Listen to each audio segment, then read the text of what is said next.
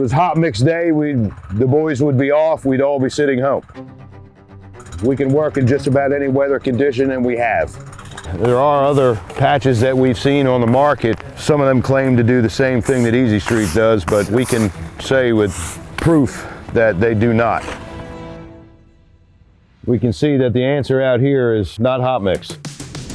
These right in front here that we're looking at are hot patches, not very old, already cracked. That's a problem. That's a problem. And this road mostly no rock as a base underneath, mostly clay. That's a problem. As you can tell by looking around here, there's severe alligator cracking everywhere. That's a problem. That's a problem. I like having the ability to know that when it's go down, it's gonna adapt to what's already there. We don't really heat the material too much. We just heat it enough to a little easier to rake and maneuver around.